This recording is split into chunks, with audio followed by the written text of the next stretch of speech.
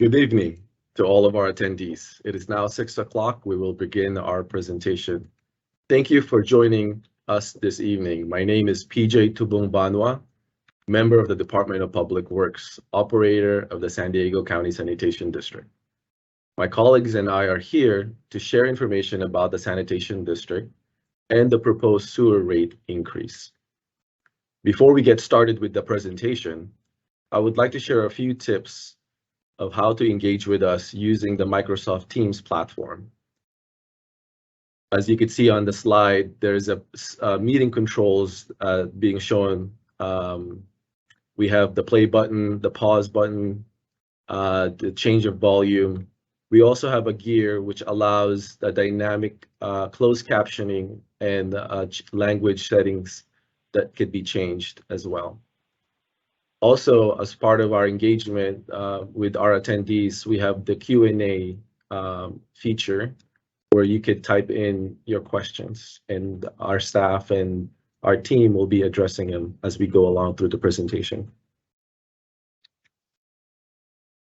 Next slide, please.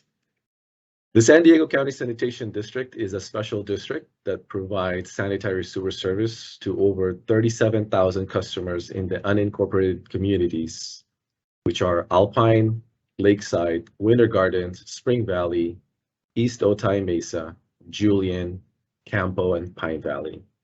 The district operates a network of 430 miles of sewer pipes, pump stations, and treatment plants that collect nearly 10 million gallons of wastewater a day. The County Board of Supervisors serves as the Sanitation District's Board of Directors and set the policies, rules, and regulation, including the district fees and charges. Consideration that will be driving our operating budget over the next 5 years includes maintenance on the current maintaining the current level of operation and maintenance of expenditures and support to establish sewer cleaning frequencies, inspection programs, and repair and responding to emergencies, as well as maintaining a current level of operating and emergency reserves.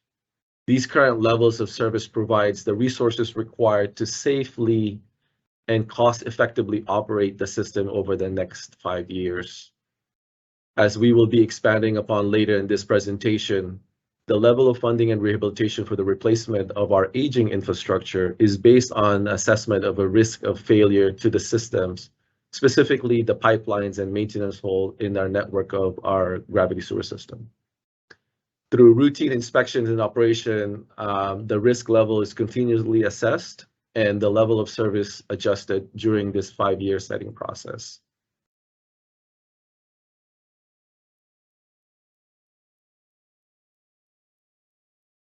District typically spends approximately 40% of its annual budget in the operation and maintenance of hundreds of miles of sewer lines running below roads and through easements across private properties and open spaces.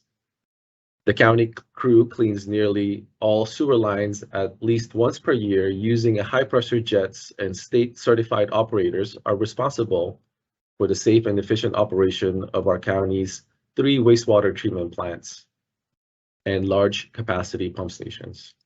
Maintenance crews are on standby 24/7 to provide a response to sewer blockages or equipment failures, and also attend to customer service needs with our county residents and businesses that require new services or inquiries about their accounts. Nearly half of the district's annual budget goes to nearly half of the district's annual budget goes to treat and the disposal cost of approximately 10 million gallons per day of wastewater that is conveyed to the regional metropolitan wastewater system operated by the city of San Diego.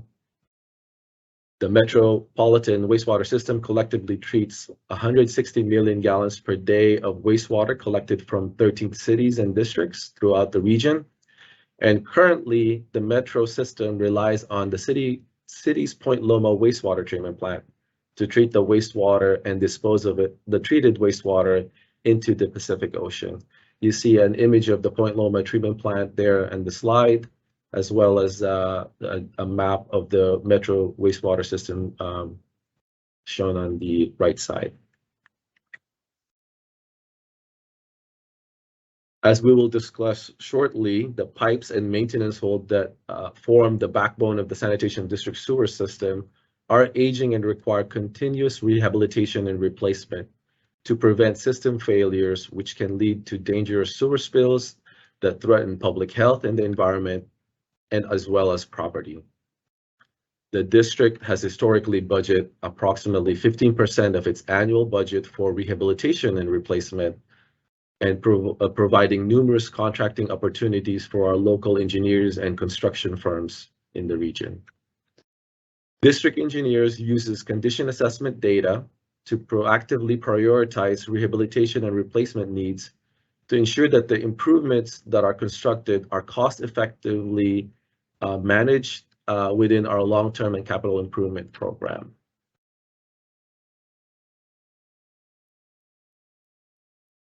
And as you can see on the slides, the district sets levels of services with objective of reducing operational risks and ensuring reliable and safe and sustainable sewer system service to all of its ratepayers.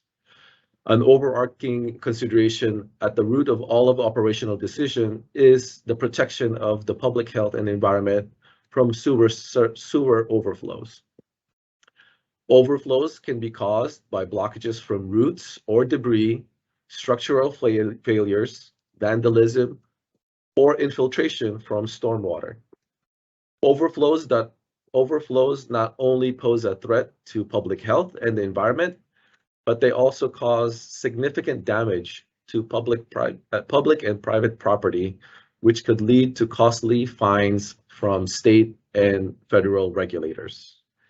Additionally, stormwaters and groundwater can infiltrate into the sewer system through pipe and the maintenance hole that have deficiencies, as well as through unauthorized connections from roof or property drains. Excessive volumes of infiltration add to the pumping and treatment cost overall, and may well lead to overflows when the capacity of the sewer system is exceeded. Operation of the sewer system is highly regulated under the state and federal laws, which requires extensive reporting and operator training and certification mandated by the maintenance programs. The district routinely inspects the sewer system for signs of structural problems, root intrusion, or maintenance issue. In 2021, the district invested over $2 million and completed a multi-year comprehensive condition assessment program utilizing closed-circuit television to inspect over 400 miles of sewer and more than 8,000 maintenance holes. The result of the inspection were then used to develop and prioritize rehabilitation and replacement program to reduce the risk of pipe failures, ensure uninterrupted sanitary sewer service to our customers, and the public health and the environment. As mentioned, we have completed our system inspection and we have derived data, and the data shows that the majority of the district sewer lines were installed in the 1970s or earlier, and now that we have majority of our system are well over 50 years old. While vitrified clay pipe, which is also shown on the graph as VCP, makes up 65% of our network. It is based on a recent inspection of the entire system, rehabilitation or replacement of many of these older pipes will be required over the next 20 years to prevent failures. Next slide, please. This table results from a system-wide condition assessment, as I mentioned, which was completed recently. The table shows a score of and a rank of the condition of our sewer system based on a comprehensive risk assessment, which evaluated the likelihood that the pipe or maintenance hole may fail due to the degraded condition, structural condition, or and the consequence related to that failing, specifically impacts to streams or rivers, underserved communities, roadways, or other important structures within the community. Nearly 70 miles of our sewer, or 15% of the system, were rated at a higher risk of failure.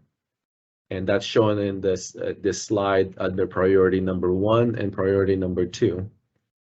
The high-risk pipes are prioritized, as I mentioned, priority 1, are already included in our district's capital improvement program for rehabilitation or replacement. The remaining higher risk pipes will be included in the district's capital improvement program for rehabilitation over the next 20 years.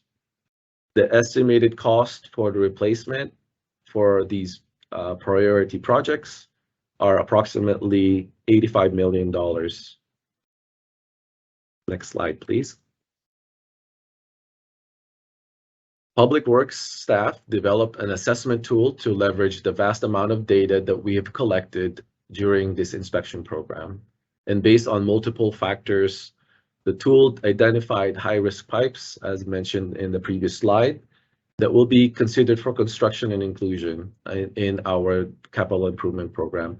Over 60 projects were identified. Next slide, please. This chart summarizes the multi-year capital improvement program developed to systematically rehabilitate and replace the high-risk infrastructure. The program is divided into 4 phases. The initial phase is comprised of budgeted projects, which you see in the first column there, included in the district's current operational plan. The next phase includes the planned projects moving forward through starting in fiscal year 23-24, which would be funded through the next 5-year rate schedule to be considered by the board later this fiscal year. The last 2 phases that you see on this graph includes lower priority projects that will be funded through an average of $5 million per year for the construction of the improvements in the next 15 to 20 years. This map exhibit highlights the location of our high-risk pipelines within the prioritized capital improvement program. This particular service area is Spring Valley. On the exhibit, you'll see the bright green areas highlighted are projects funded through the current district budget. And as I mentioned, the Spring Valley has the largest assets of our pipelines and maintenance hole, and consequently represents the largest share of the rehabilitation and replacement projects. Next slide, please. This map is similar to what was represented earlier. It is showing the Lakeside and Winter Garden service areas.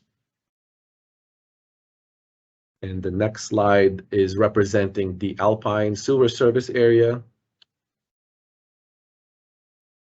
And this last map exhibit shows the collection of East Otay Mesa, Julian, Campo, and Pine Valley sewer service areas. So now that I've kind of covered the background information on the sanitation district, we are now going to discuss the financial planning, where we would get into the 5-year cycle for our financial process. The district follows, as I said, the 5-year financial planning cycle to ensure adequate and sustainable revenue and reserve will be available to maintain the district's current and future levels of service. Financial planning cycle includes a needs assessment, which we have completed, financial planning or modeling, and the rate setting process where we're presently engaged in. The needs assessment includes inspection, hydraulic modeling of pipelines and other capacity requirements. It also looks for new growth or operational maintenance optimization and requirements by regulatory boards for our facilities. Financial planning also includes a long-range budgeting to determine future revenue requirements and development of a rate model to ensure revenue requirements are met and shared equitably between different customer categories. This planning process was completed earlier this year. The rate setting process is a culmination of a 5-year cycle, which includes this public outreach, public hearings with the district's board of directors that includes formal notification and protest provisions in accordance to California Proposition 218 requirements. And finally, the adoption of the board of a new rate ordinance that establishes a 5-year rate schedule for the district. Public outreach has begun and will continue throughout the end of the year. Board hearings are planned for January and March of 2023, and these dates are subject to change, but our rate customers and communities would be informed. Should the board adopt a new ordinance during those planned hearings, the rate and fees would become effective July 1st of 2023.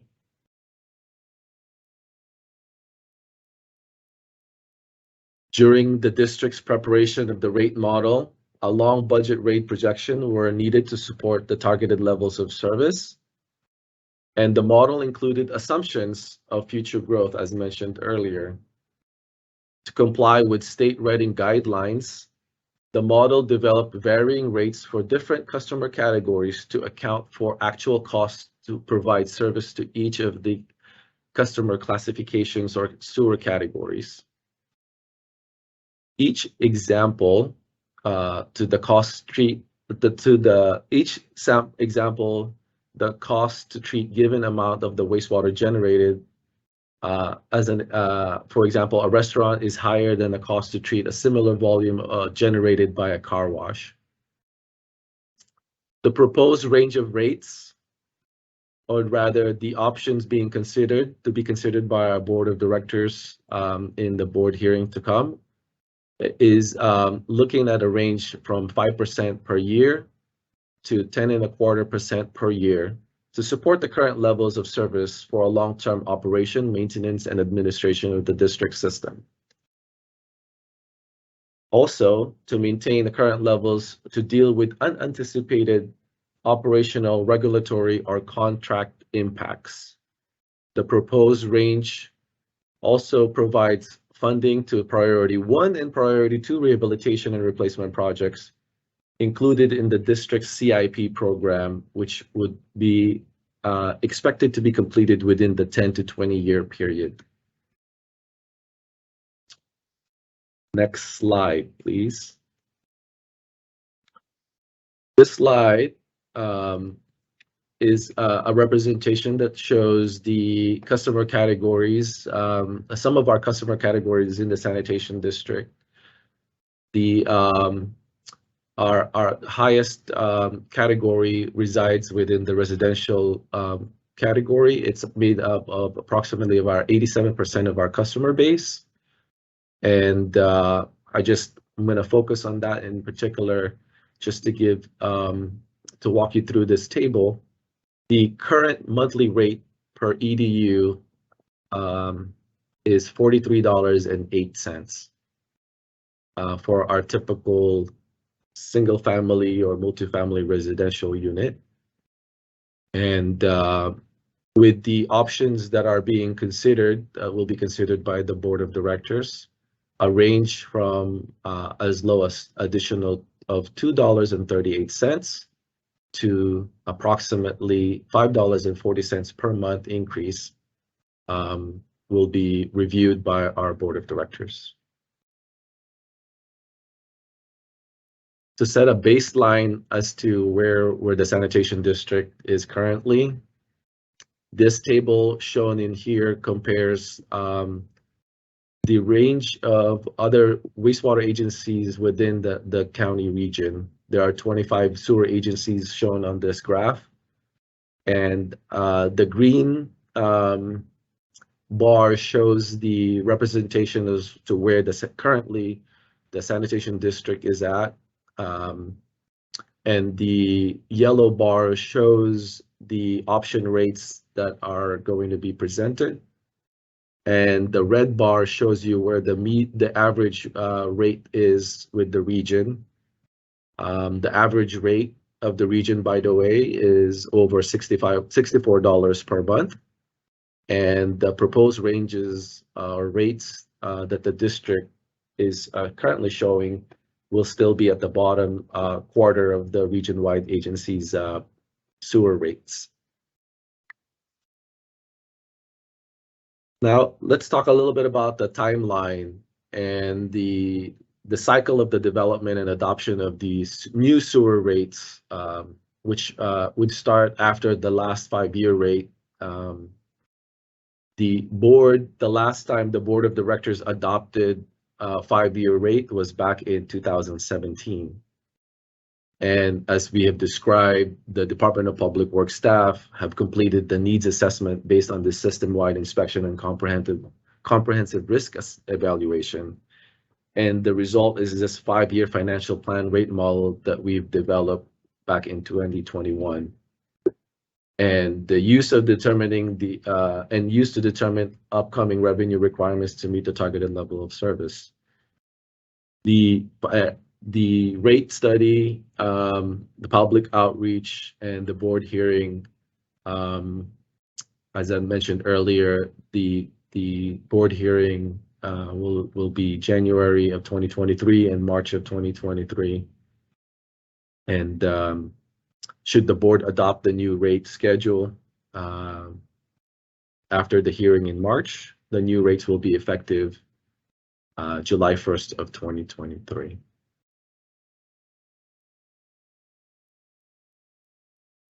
With that, last slide, concludes our presentation. For questions, please contact us at our email. It is sewer@sdcounty.ca.gov, and our phone number is 858-514-4990. Again, we have an email that we can receive your questions. If you would like to submit it after this presentation, it is sewer@sdcounty.ca.gov, and our phone number is 858-514-4990.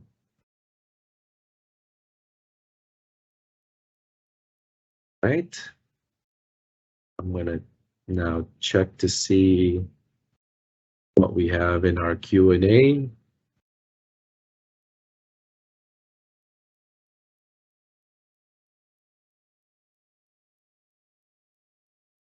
If we have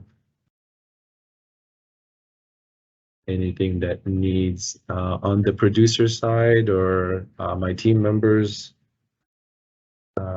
I see that you guys have responded to some of the Q&A questions provided here.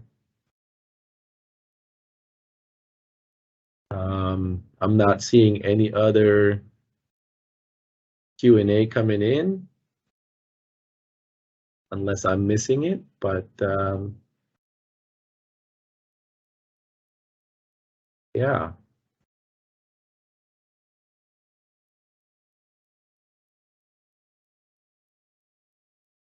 Again, if there is any questions, yeah, just as a reminder, we have our email and our phone number, and I hope for those a good evening, and thank you all for participating, and we hope to engage with you in the near future again.